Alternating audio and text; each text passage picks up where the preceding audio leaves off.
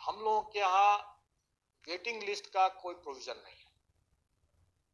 राज्य सरकार में वेटिंग लिस्ट का कोई प्रावधान नहीं। कौन सा मामला वेटिंग लिस्ट के लिए बनता है और कौन सा मामला सप्लीमेंट्री रिजल्ट में बनता है, इसके अंतर को समझना बहुत जरूरी है।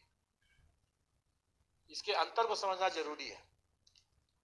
जिसका हम लोगों ने रिजल्ट दिया, उस रिजल्ट के प्रोसेस में, क्योंकि डिपार्टमेंट भी उसको देखता है, और ये सिर्फ टीआरई की बात नहीं है, किसी भी परीक्षा डिपार्टमेंट भी देखता है उसको, डॉक्यूमेंट वगैरह सब देखता है कि ये पुलिस वेरिफिकेशन देखता है वगैरह वगैरह।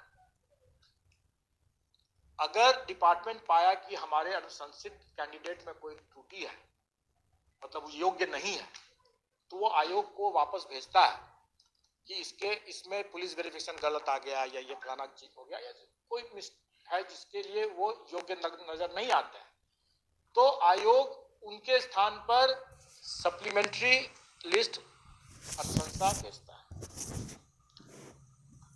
तो जो जिनको अभी वैसे कैंडिडेट जिनको अभी कोई ऑफर लेटर नहीं मिला, अभी डिपार्टमेंट अपने स्तर से उसकी चेकिंग किया और चेकिंग करके अनुशंसा को वापस किया, और हम लोगों ने उसके जगह पर नई अनुशंसा भेजा, तो ये सप्लीमेंट्री रिजल्ट का मामला बना। ठीक है, लेकिन एक बार अगर उस अनुशंसा पर डिपार्टमेंट ओके कर देता है उसको, तब उसको ऑफर दिया जाता है, और एक बार जब ऑफर हो गया तो अब उसका विवेक है, अभ्यर्थी का, जो सिलेक्टेड कैंडिडेट का, कि वो ज्वाइन करे ना करे।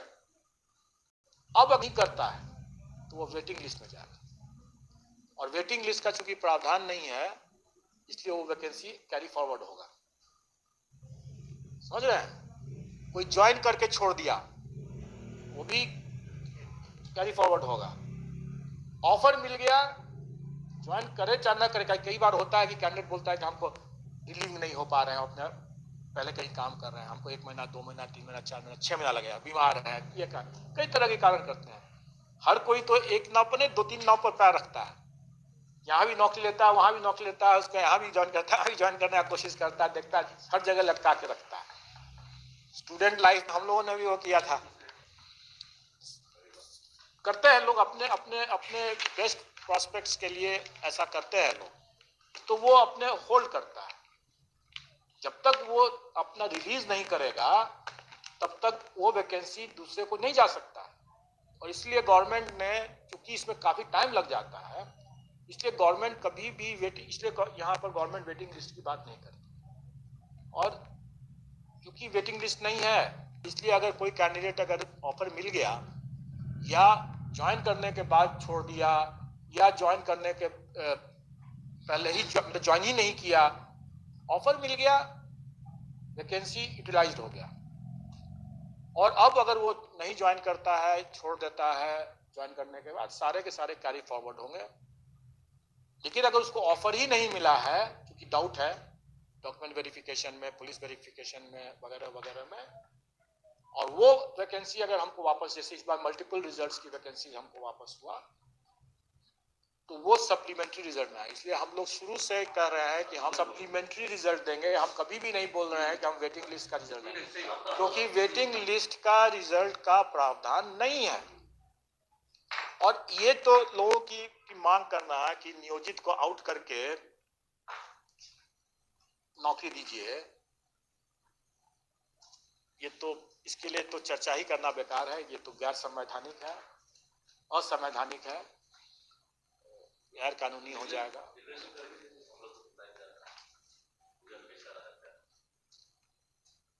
हम लोग रिजल्ट तब निकालेंगे जब हमारा तैयार हो जाएगा,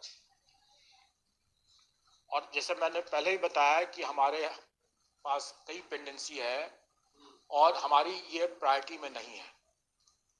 टीआरई 1 का सप्लीमेंट्री रिजल्ट निकालना मेरी प्रायोरिटी, टॉप प्रायोरिटी नहीं है।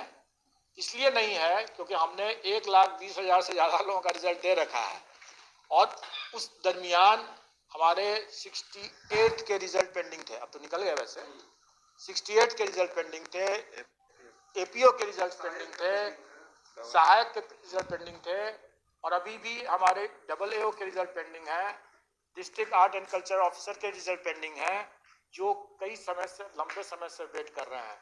पहली हमारी प्राथमिकता वो है और हमारा TRE